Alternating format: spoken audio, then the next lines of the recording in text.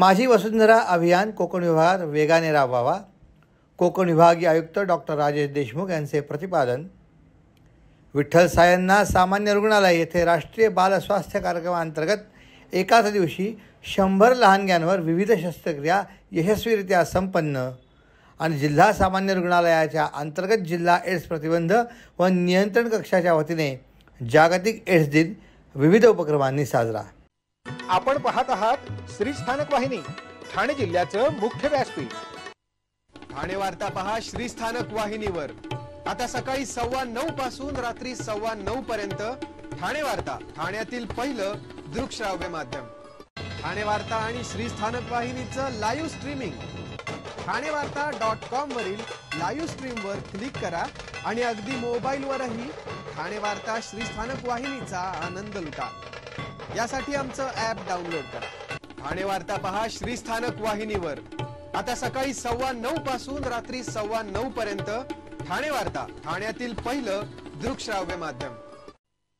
आपण पाहत आहात श्री स्थानक वाहिनी, ठाणे जिल्ह्याचं मुख्य व्यासपीठ. पर्यावरणातला बदल लक्षात घेता माझी वसुंधरा अभियान 5 हा कार्यक्रम कोकण विभागात वेगाने राबवावा. प्रत्येक यंत्रणेने या अभियानात सक्रिय व्हावे असे प्रतिपादन कोकण विभागीय आयुक्त डॉक्टर राजेश देशमुख यांनी केले. माझी वसुंधरा अभियान 5 या प्रभावी अंमलबजावणीसाठी प्रशासकीय यंत्रणांना मार्गदर्शन करण्यासाठी विभागीय आयुक्त डॉक्टर देशमुख यांच्या अध्यक्षतेखाली नुकतीच विभागस्तरीय ऑनलाईन दूरदृश्य प्रणालीद्वारे आढावा बैठक झाली. त्यावेळी ते बोलत होते. यावेळी विभागीय आयुक्त डॉक्टर राजेश देशमुख म्हणाले की हा शासनाचा महत्त्वपूर्ण कार्यक्रम आहे. वातावरणात मोठ्या प्रमाणात बदल होत आहेत. पर्यावरणाचे संतुलन राखण्याकरता आपल्याला प्रयत्न करणे आवश्यक आहे.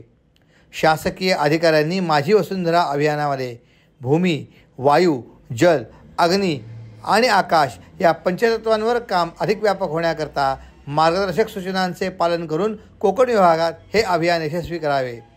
या आढावा बैठकीत माझी वसुंधरा अभियान 5चे भूमी, जल, वायू, अग्नी, आकाश तत्वावर आधारित टूल किटचे सविस्तरपणे प्रेझेंटेशन माझी वसुंधरा अभियानाचे संचालक सुधाकर बोबडे व त्यांच्या पथकाने केले. भूमी घटकामध्ये वृक्ष लागवड, रोपवाटिका निर्मिती, बांबू, खस, शेवगा लागवड, बीज संकलन, घनकचरा व्यवस्थापन, ओला सुका कचरा प्रक्रिया, सिंगल यूज प्लास्टिक बंदी, तसेच वायू घटकामध्ये वायू गुणवत्ता परीक्षण, फटाक्यांवर बंदी, इलेक्ट्रिक वाहन धोरण, वातावरण बदल, जनजागृती आणि जलघटकांमध्ये रेन वॉटर हार्वेस्टिंग प्रकल्प बसवणे, भूजल पुनर्भरण, सांडपाणी प्रक्रिया, पाणथळ जागांचे संवर्धन यांचा समावेश असून अग्नी घटकामध्ये निव्यशून्य कार्बन उत्सर्जनाबाबत प्रसार आणि प्रचार, हरित पथदिवे, हरित इमारती, कूल रूफिंग, तर आकाश घटकामध्ये ई शपथ अभियानामध्ये स्पर्धा व जनजागृती, पर्यावरणदूत, तरुणांचा सहभाग, माझी वसुंधरा तत्त्वे दर्शवणारे प्रचार व प्रसिद्धी, बचत गट सहभाग, शालेय विद्यार्थ्यांचा सहभाग करून घेणे याबाबत मार्गदर्शन करण्यात आले. माझी वसुंधरा अभियान 5मध्ये मागील वर्षाच्या तुलनेत अधिक प्रभावीपणे कामे करून राज्यस्तरीय मानांकन प्राप्त करण्याकरता शहराच्या मुख्याधिकारी यांनी विशेष प्रयत्न करावे अशा सूचना विभागीय आयुक्त डॉक्टर देशमुख यांच्यामार्फत उपस्थितांना देण्यात आल्या. माता आणि बाल यांचा सर्वांगीण आरोग्याचा हे सार्वजनिक आरोग्य विभागाचे केंद्रबिंदू असून या ध्येयाला स्मरून ठाणे जिल्ह्याचे जिल्हा शल्यचिकित्सक डॉक्टर कैलास पवार यांच्या प्रेरणेतनं विठ्ठल सायंनाथ सामान्य रुग्णालय ठाणे येथे राष्ट्रीय बालस्वास्थ्य कार्यक्रमाअंतर्गत एकाच दिवशी 100 लहानग्यांवर विविध शस्त्रक्रिया यशस्वीरित्या पार पडल्या. मानवी शरीर हे एका वृक्षासारखे असते. जसे त्याचे वय वाढत जाते तसे ते थोडे कमकुवत होत जाते. अशात ते बाल्यावस्थेत असताना त्याची निगा राखणे आवश्यक आहे. हा विचार करून ठाणे जिल्हा सामान्य रुग्णालयाच्या वतीने राष्ट्रीय बालस्वास्थ्य कार्यक्रमाअंतर्गत एकाच दिवशी 100 मुलांवर यशस्वी शस्त्रक्रिया करण्यात आल्या. यासाठी आरोग्य सेवा संचालक डॉक्टर दिलीप आंबाडेकर आणि उपसंचालक डॉक्टर अशोक नांदापूरकर यांचे विशेष मार्गदर्शन लाभले. राष्ट्रीय बालस्वास्थ्य कार्यक्रमाअंतर्गत 0 ते 18 वयोगटातल्या मुलामुलींच्या हर्निया, डोळे, रक्ताची गाठ, चिकटलेली बोटे, फायमोसिस, मान, पोटाची गाठ अशा तब्बल 100 शस्त्रक्रिया एकाच दिवशी करण्यात आल्या. शस्त्रक्रिया एकाच दिवसात करायची असल्यामुळे 2 दिवस अगोदरच मुलांना घेऊन त्यांचे पालक सिव्हिल रुग्णालयात दाखल झाले होते. त्यामुळे त्यांच्या खाण्यापिण्याची आणि राहण्याची संपूर्ण सोय रुग्णालयाने उत्तम केली होती. KEM हॉस्पिटलचे माजी अधिष्ठाता डॉक्टर संजय ओक यांच्या मार्गदर्शनाखाली ह्या शस्त्रक्रिया पार पडल्या. जागतिक एड्स दिनानिमित्त जिल्हा सामान्य रुग्णालयाच्या अंतर्गत जिल्हा एड्स प्रतिबंध व नियंत्रण कक्षाच्या वतीने जागतिक एड्स दिन 2024 जनजागृतीपर प्रभात फेरी व विविध उपक्रमांनी साजरा करण्यात आला. या रॅलीस आरोग्य सेवा संचालक डॉक्टर नील अंबाडेकर, आरोग्य सेवा उपसंचालक डॉक्टर अशोक नांदापूरकर यांनी जनजागृतीवर प्रभात फेरीला हिरवा झेंडा दाखवून प्रारंभ करण्यात आला. या कार्यक्रमात जिल्हा शल्यचिकित्सक डॉक्टर कैलास पवार, जिल्हा आरोग्य अधिकारी डॉक्टर गंगाधर परगे, जिल्हा दंत शल्यचिकित्सक डॉक्टर अर्चना पवार याही उपस्थित होत्या. जागतिक एड्स दिन 2024 theme take the right path अशी आहे. जिल्हा सामान्य रुग्णालयाचे जिल्हा शल्यचिकित्सक डॉक्टर कैलास पवार यांच्या मार्गदर्शनाखाली लोकांचे जीवनमान उंचावण्याकरता जनजागृतीपर कार्यक्रम राबविण्यात येणार आहेत. याचाच एक भाग म्हणून आज जनजागृती रॅली काढण्यात आली. ही जनजागृतीपर प्रभात फेरी जिल्हा सामान्य रुग्णालय ठाणे येथून रहेजा गार्डन पोलीस स्टेशन मार्गे 3 हात नाका सर्व्हिस रोड मार्गे स्वर्गीय दादा कोंडके ॲम्फी थिएटर ठाणे येथे विसर्जित करण्यात आली. प्रभात फेरी बाना Bandodkar college Thane, NKD college Thane, Dnyansadhana college Thane, RJ Thakur college परिचारिका प्रशिक्षण केंद्र सामान्य रुग्णालय ठाणे, शेखर कॉलेज मुंब्रा, ज्ञानगंगा महाविद्यालय Kasarvadavali, Sahyog college Thane, Joshi Bedekar college Thane, JVM Mehta college Airoli, KBP college Vashi, Terna engineering college, SPD college Thane यांच्यासह विविध सामाजिक संस्था आणि HIV एड्स क्षेत्रात काम करणाऱ्या संस्थांचे प्रतिनिधी तसेच जिल्हा सामान्य रुग्णालयातले अधिकारी व कर्मचारी असे अंदाजे 600 ते 700 जण सहभागी झाले होते. एड्स निर्मूलनात काम करणाऱ्या संस्थांचा यावेळी गौरव करण्यात आला. ही रॅली जिल्हा रुग्णालयापासून प्रमुख रस्त्यांवरून काढण्यात आली. या रॅलीत जिल्हा रुग्णालयातले अधिकारी कर्मचारी सहभागी झाले होते. या प्रसंगी ठाणे येथील आदिती असर ग्रुपमार्फत HIV एड्सविषयी जनजागृतीपर पथनाट्य सादर करून उपस्थितांची दाद मिळवली गेली. या प्रसंगी डॉक्टर नील अंबाडेकर यांनी HIV पॉझिटिव्हचे प्रमाण जरी कमी असले तरी बेसावध न राहता HIVचे समूळ उच्चाटन करण्याकरता अजूनही एकत्रितपणे प्रयत्न करणे गरजेचे आहे असे आवाहन केले. यावेळी उत्कृष्ट काम करणाऱ्या ICT, SRT, सुरक्षा केंद्र, क्षयरोग विभाग, प्राथमिक आरोग्य केंद्र, शहरी आरोग्य केंद्र, हस्तक्षेप प्रकल्प गट, रक्तपेढी यांना प्रमाणपत्र व सन्मानचिन्ह देऊन गौरवण्यात आले. राष्ट्रीय कृषी विकास योजना प्रतिथेंब अधिक पीक योजनेअंतर्गत अनुसूचित जाती आणि अनुसूचित जमाती प्रवर्गातल्या शेतकऱ्यांना सूक्ष्म सिंचनासाठी लाभ देण्याच्या अनुषंगाने जास्तीत जास्त अर्ज प्राप्त करून घेण्याकरता जिल्ह्यात 23 नोव्हेंबर ते 14 डिसेंबर या कालावधीत विशेष मोहीम राबवण्यात येत असल्याची माहिती जिल्हा अधीक्षक कृषी अधिकारी रामेश्वर पाचे यांनी दिली आहे. या विशेष मोहिमेअंतर्गत कृषी सहायकांमार्फत प्रत्येक गावातल्या या दोन्ही प्रवर्गातल्या शेतकऱ्यांचा विशेष मेळावा आयोजित करून योजनेची माहिती देण्यात येणार आहे. या मेळाव्यासाठी नोंदणीकृत सूक्ष्म सिंचन वितरक व सेतू केंद्रांचे प्रतिनिधी यांच्या सहकार्याने शिबिर घेऊन शेतकऱ्यांना महाडीबीटी पोर्टलवर अर्ज करून लाभ घेण्याबाबत माहिती देण्यात येणार आहे. राष्ट्रीय कृषी विकास योजना प्रतिथेंब अधिक पीक योजनेअंतर्गत लहान शेतकऱ्यांना 55% तर इतर शेतकऱ्यांना 45% अनुदान देय आहे. हे शासनपत्र 10 जून 2024 अनुसूचित जाती व अनुसूचित जमातीतल्या अल्प आणि अत्यल्प भूधारक लाभार्थ्यांना अनुक्रमे 25% व इतर शेतकऱ्यांना 30% पूरक अनुदान मुख्यमंत्री शाश्वत सिंचन योजनेतून अदा करण्यात येणार आहे.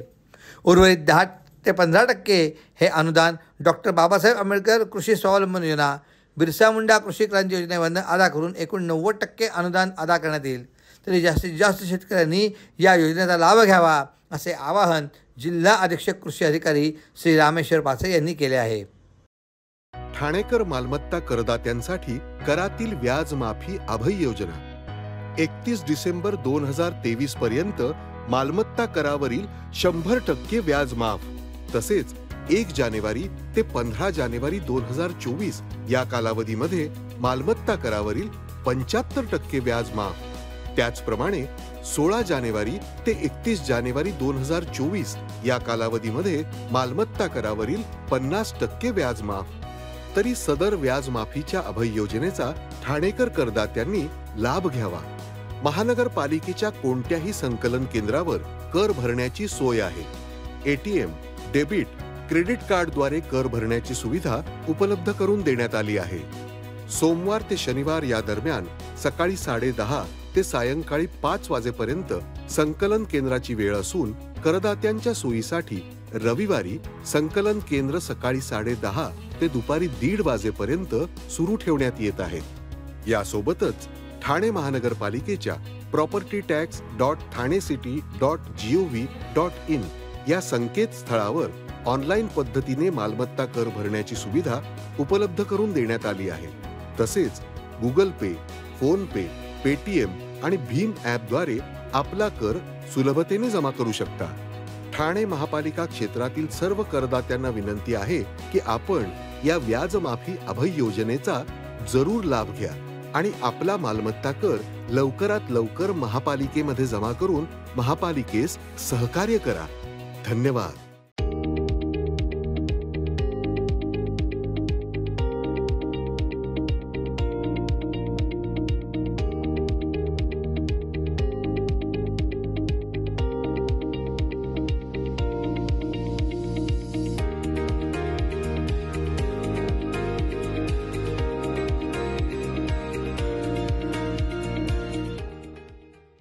नायलॉन मांजामुळे पक्ष्यांना व मानवांना गंभीर इजा होण्याची शक्यता असते।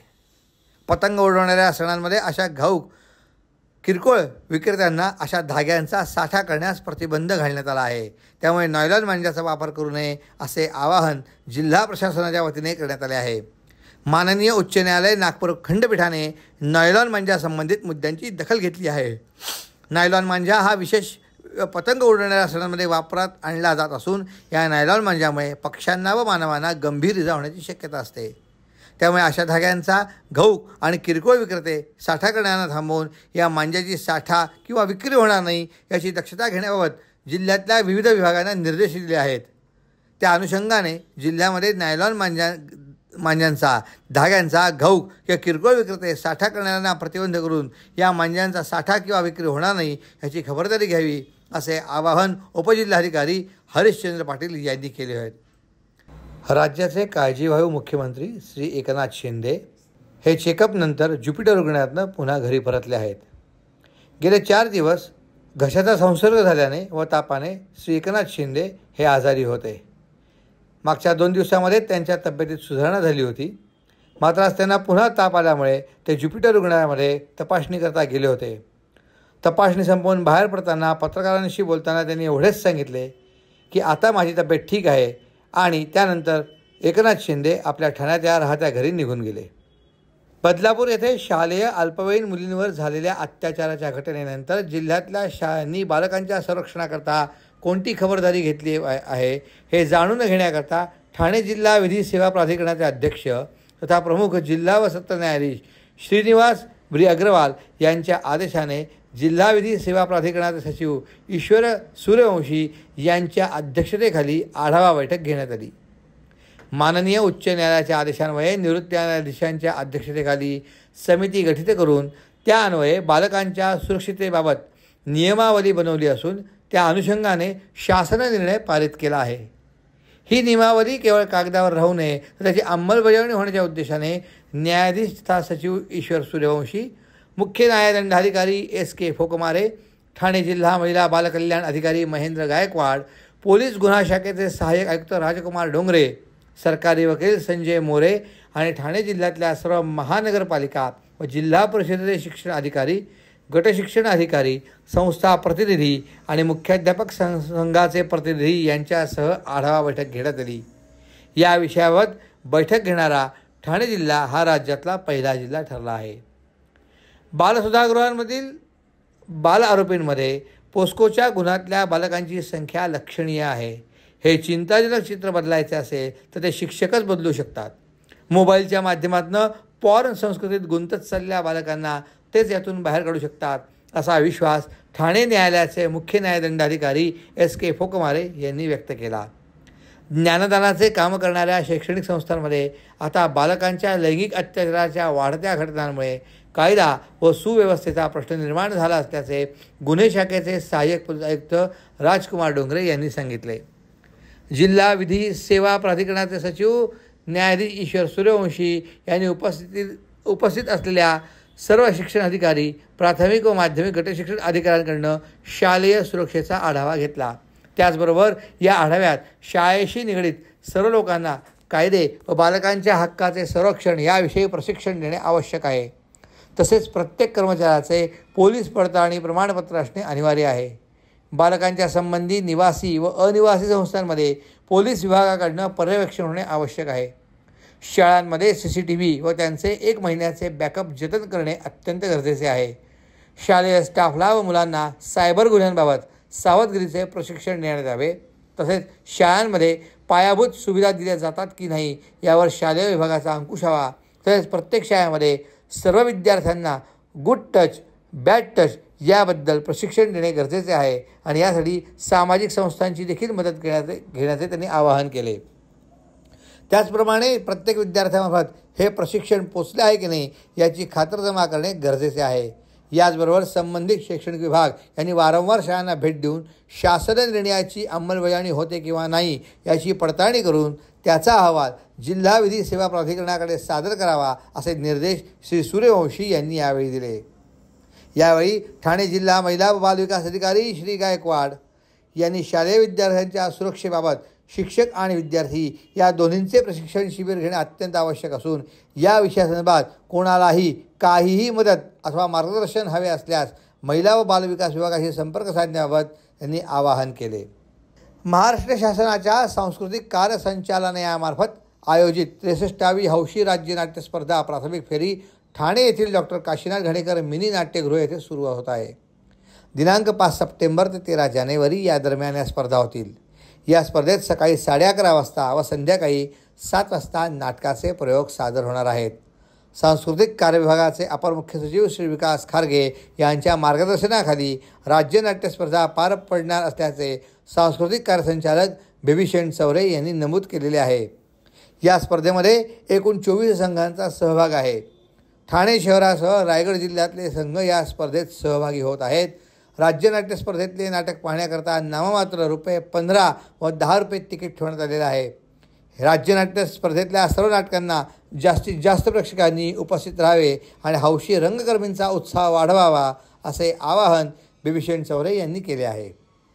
सर्व नागरिकांना आवाहन करण्यात येत आहे की सध्या डासांमार्फत पसरणाऱ्या डेंग्यू या आजाराचा प्रसार रोखण्यासाठी प्रत्येकाने पुढील प्रमाणे कार्यवाही करावी. डेंग्यू आजार एडिस इजिप्ती हा डास चावल्याने होतो. या डासांची पैदास साचलेल्या किंवा साचवलेल्या स्वच्छ पाण्यामध्ये होते. 8 दिवसांपेक्षा जास्त दिवस पाणी उघडे व साचून राहिल्यास त्यात डास अंडी घालतात. अंड्यांच्या अळ्या तयार होऊन पुढे डास तयार होतात. यासाठी आपल्या घरातील पाणी साठे उदाहरणार्थ बॅरल्स, पिंपे, टाक्या, हौद, रांजणे इत्यादी दर आठवड्याला रिकामे करून घासून पुसून कोरडे करून पुन्हा भरावे. 1 दिवस कोरडा दिवस म्हणून पाळावा.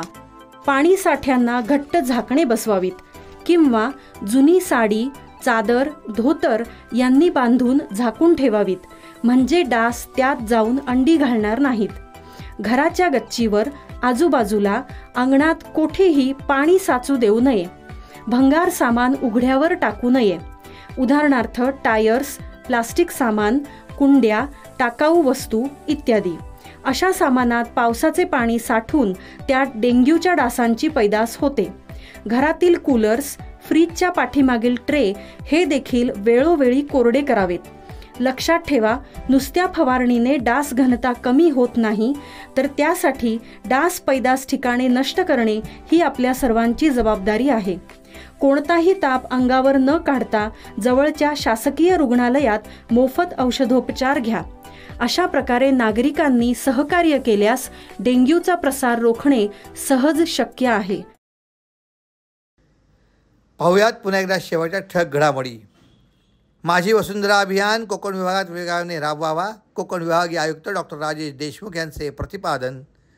विठ्ठल सायांना सामान्य रुग्णालय येथे राष्ट्रीय बाल स्वास्थ्य कार्यक्रमाअंतर्गत एकाच दिवशी 100 लहानग्यांवर विविध शस्त्रक्रिया यशस्वीरित्या संपन्न. आणि जिल्हा सामान्य रुग्णालयाच्या अंतर्गत जिल्हा एड्स प्रतिबंध व नियंत्रण कक्षाच्या वतीने जागतिक एड्स दिन विविध उपक्रमांनी साजरा. या होत्या आजच्या बातम्या. पुढल्या वाटण्याकरता पुन्हा भेटूया उद्या. धन्यवाद.